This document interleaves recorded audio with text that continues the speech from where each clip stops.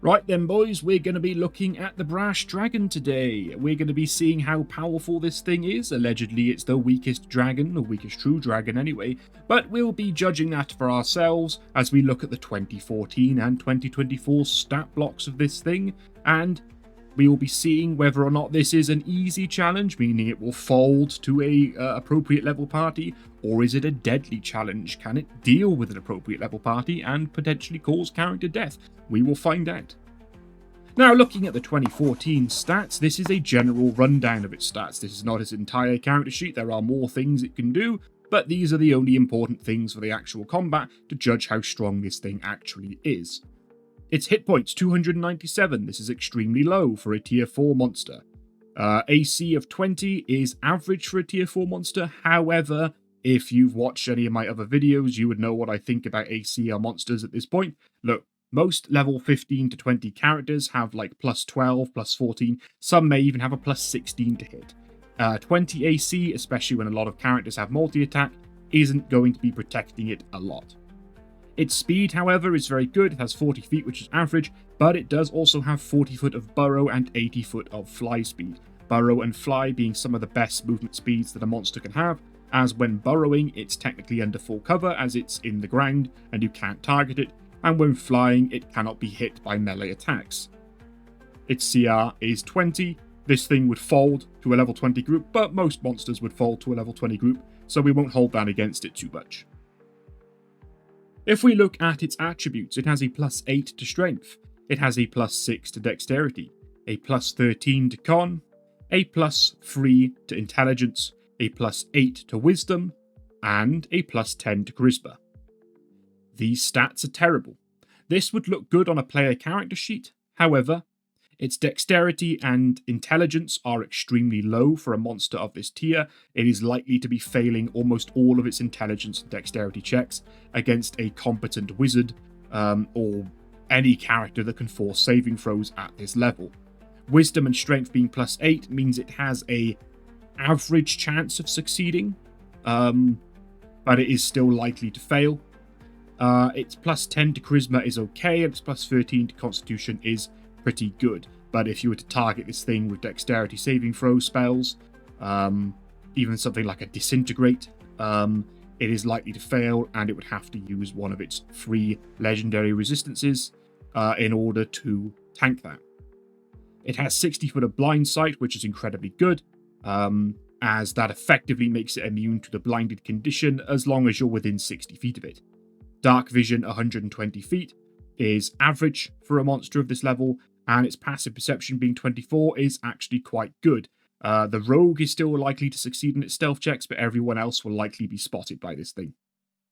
As I mentioned before, it has 3 legendary resistances and 3 legendary actions. This is completely average for a legendary monster from 2014. Almost all of them have this.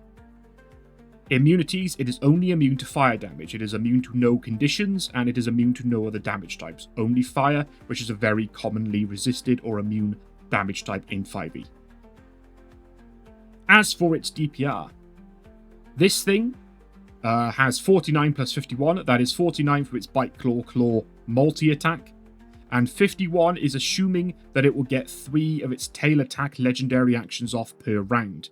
That means it has a DPR of 100, which is quite low for a monster of this level, especially considering that is over the course of 6 attacks, and so if it misses any of them, it will be a lot lower. It has a 56 average fire damage breath in a 90-foot line. That is terrible. That is exactly on par with a young red dragon. This is an ancient brash dragon.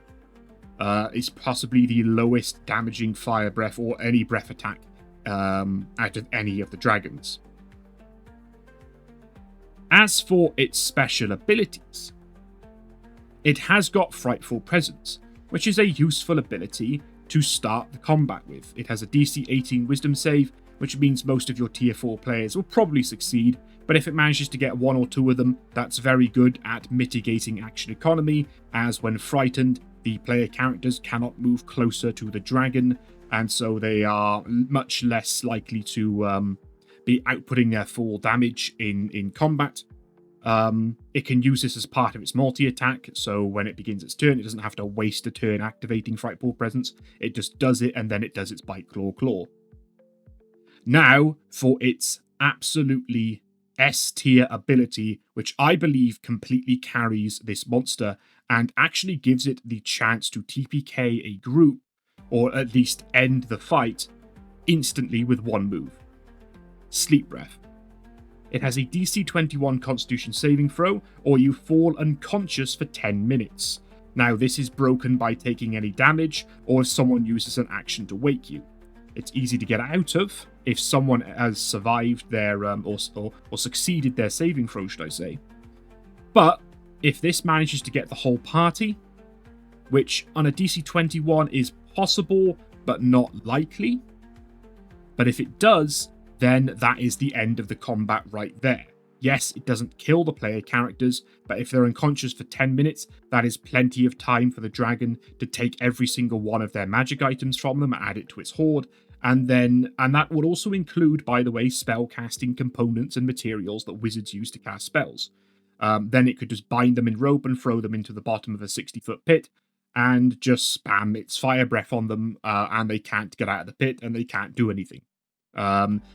Brash dragons are chaotic good. It is not beyond them to use a tactic like this. They could even trap them in cages and dunk them in lava or bury them in sand. Whatever you as a DM want to do creatively. Just don't have the dragon attack them while they're asleep, because the dragon doesn't do a lot of damage and it will just wake them up. Okay?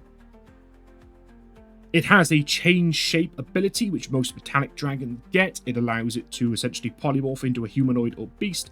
This could be very good either for escape, because it could just transform into a rat, or it's also very good for communication with the players. It could deceive, it could disguise himself as a human and be a quest giver and mislead them. Whatever you want to do. The limit is your imagination with that ability.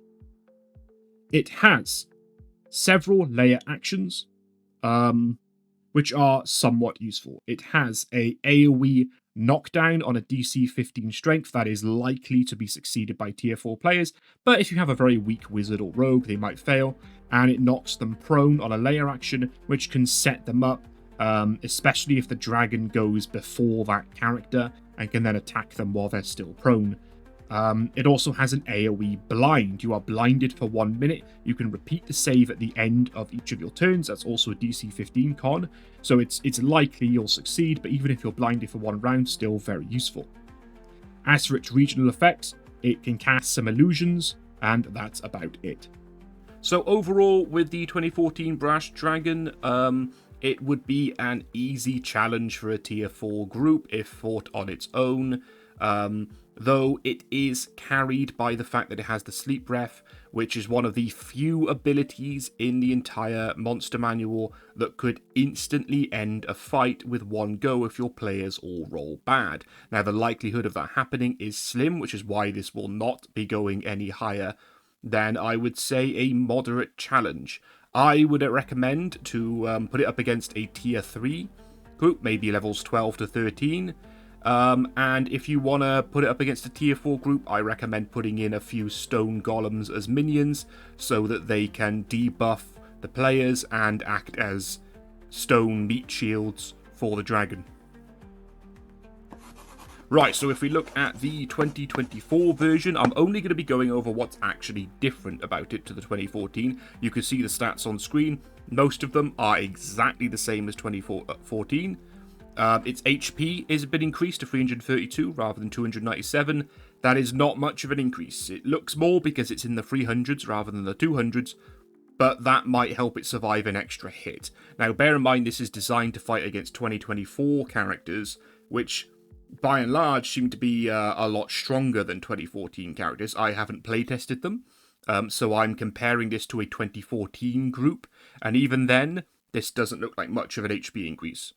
Most of its stats are the same. It does have a plus 12 to initiative, which is a new thing for 2024 monsters to help them actually go first. I have opinions on that, but let's not get into those this video. At the very least, this will help it against rolling really, really bad in initiative. Then we have the attributes. So these actually suck even more than 2014, because they're exactly the same, except its con, instead of being a plus 13, is now only a plus 7, and its charisma, instead of being a plus 10, is now only a plus 6. Because for some reason, a lot of the 2024 monsters seem to have removed the proficiency bonus or something from their saving throws. Now, it does make up with this, obviously with the extra legendary actions that it has, but without those legendary actions, so let's say it burns through them all, then it is way more susceptible to save or suck spells, even than the 2014, though the difference isn't much, because Constitution and Charisma are not as common a saving throw as something like Dex and Wiz, which are exactly the same as the 2014 version. So either way, this thing's defensive stats are still quite poor. Now, if we move on, you can see that its DPR is different. It does overall do more damage. Instead of a Bite, Claw, Claw with its multi-attack, it now does a Rend, Rend, Rend, and each Rend is more powerful than the average Bite and Claw, at least with this dragon. So overall, with the 3 attacks, it does 78 DPR now. And then the other 78 is because instead of doing 3 tail attack legendary actions, it can do 3 pounce attacks. Now the pounce is it moves up to half its speed and makes a rend attack. So for all intents and purposes, it's another 3 rend attacks, which is why it's 78 plus 78, meaning it's 156. It gets a plus 14 to hit with these attacks, which is the same as the 2014 Brass Dragon, so it's likely to hit most of these. However, there is more that the 2024 Dragon can do, and that's why it has multiple DPRs on screen. So, it can replace one of its rend attacks in its multi-attack with a 3rd level Scorching Ray. Now, what that does is it allows it to shoot 4 rays of fire, each one doing 2d6 damage. It would have to hit with all 4 of them, and I believe it only gets a plus 12 or maybe a plus 11 to hit with these. And it only does, I think, an average of 2 extra damage than a rend attack. I think a rend is 26. I believe the 8d6 average damage is 28. So you could say it's not all that worth it because you're more likely to hit with a rend. But it has the advantage of being a ranged attack, which most dragons are sorely lacking. And it can be split amongst multiple targets. So if you have a lot of ranged characters that are at a distance from the dragon and they're all quite low on HP, it could try and snipe a few of those with that.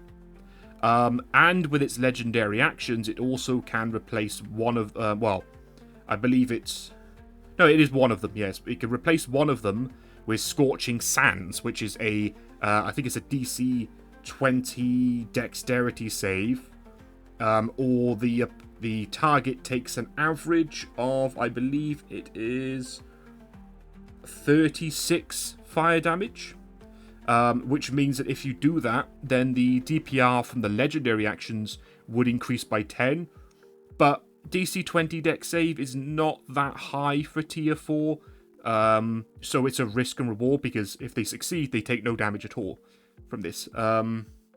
And so you could increase the DPR by 10, or you could end up decreasing it by 26. So it's really up to you. Target the players with the lowest dexterity, and you've got a better chance of succeeding. And so overall, it could do 156 with its just general rend attacks, 6 of those, or it could replace one rend with a Scorching Ray and another legendary action Pounce rend with the Scorching Sands, which brings it up to 168 instead, but it's less likely to get that high. Editor Brass here. After all that, I did just reread over the 2024 Brass Dragon stats, and it does in fact have 4 legendary actions when in its lair. So everything I just said still applies if you're fighting it outside of its lair, but inside of its lair, as it does get the extra legendary action, its DPR is much higher. If it does the 4 pounces rather than the 3 pounce attacks for its legendary actions, its DPR actually goes all the way up to 182, because that is an extra 26 on there. If it does its Scorching Sands, which it can still only do one of, plus 3 pounce attacks, then that's an extra 114 DPR rather than 78. And if it does 1 Scorching Sands and 3 Scorching Rays, that's an extra 120. So overall, I've actually just calculated that its DPR with these extra legendary actions is actually around 192 to 198. So much better. Anyway, on with the video. Its breath attack is still atrocious. It does an average of, like, I think 2 more damage than what the 2014 version did. Still utterly pathetic. Now, if we look at its abilities on the right-hand side of the screen there, you can see it's very different. It has no Frightful Presence, so that is some crowd control that it is in fact lacking. But it does have spell casting. It does have more spells than this, but these are the only ones that really matter. It can do a 3rd level Scorching Ray, as we just discussed, and it can mix that in with its multi-attack, so that's actually very useful. And it has Control Weather, which may not be that useful in combat, especially inside its lair, but it could be useful in fatiguing the characters as they're approaching its lair by creating sandstorms and immense heat. Its Sleep Breath is exactly the same, but this is actually improved than the 2014 version because, just like with the Scorching Ray, it can actually replace one of its rend attacks with a Sleep Breath as long as it is available. So it could theoretically rend Sleep Breath, or rend Scorching Ray Sleep Breath if it wants to. There's more it can do, which means that the Sleep Breath is actually more likely to happen, because in 2014, it has to use its whole action to do that, and by the time it gets round to it, you know, there could be better things it could be doing. So this is actually extremely useful. It makes the Sleep Breath even more viable. Okay, Editor Brass here again. Upon reviewing the Sleep Breath for the 2024 Brass Dragon, they have actually changed it. It's not the same. It now has 2 saving throws. On the first one, you become incapacitated until the end of your next turn. Then you repeat the saving throw, and if you fail a second time, then you fall unconscious for 10 minutes. You can still be woken up by an action, or if you take damage at all. It's still very powerful, but I thought that was worth mentioning because it is technically a nerf. But the ability to use it more often than the 2014 Dragon, I think, still makes it a very powerful ability. Change shape is roughly the same as what the 2014 version has, except the 2014 version had it as a ability, whereas this one just uses the 9th level shape change spell, but with massive amounts of restrictions. Like, it doesn't get the same temporary hit points. It can only do human and beast form. It's basically the same as the shape change ability from 2014, but for some reason it's a 9th level spell instead. I don't really know why they did that. Major Image is a spell it can cast. It can do this while it's in its lair. Now, they don't really have the same sort of like lair actions that 2014 did. Which is another kind of a nerf in a sense. But while it's in its lair, obviously it gets the extra legendary resistance, and it can cast Major Image up to a mile around its lair, and it doesn't have to be able to see where it's casting it either. If you have a creative DM, then there's quite a lot you can do with that. As for its regional effects, most of it is just things like... I think it can cast like the Major Image, so it's got illusions again, but also if you drink water within a mile of its lair, you do get 2d4 temporary hit points, which is utterly useless for a tier 4 group. But it's a nice bit of flavour, and I guess the dragon can also benefit from that as well. But 2d4, that's an average of what, like 4-5 temporary hit points. It's so overall, honestly, there are some buffs to this dragon. Its action economy, with what it can do with its multi-attack and legendary actions, is way better. Though it doesn't have the wing attack that the 2014 versions of the dragons have, but it does have pounce. Wing attack is better because it allowed them to move up to half their fly speed, whereas this just lets them move up to half their speed. And fly speed is obviously going to be better because it's good for the dragon to escape in a pinch. But other than that, they have, the Scorching Sands. They can do Sleep Breath as an attack action. And they could do 3rd level Scorching Ray in there as well. So it has much better range capabilities. Its defensive stats are, I would say, about the same. Because even though the attributes are worse, it has slightly more HP, but it does have the extra legendary resistances. In terms of its abilities, they've been watered down. This is just a common thing with 2024. But at the same time, they're still somewhat useful.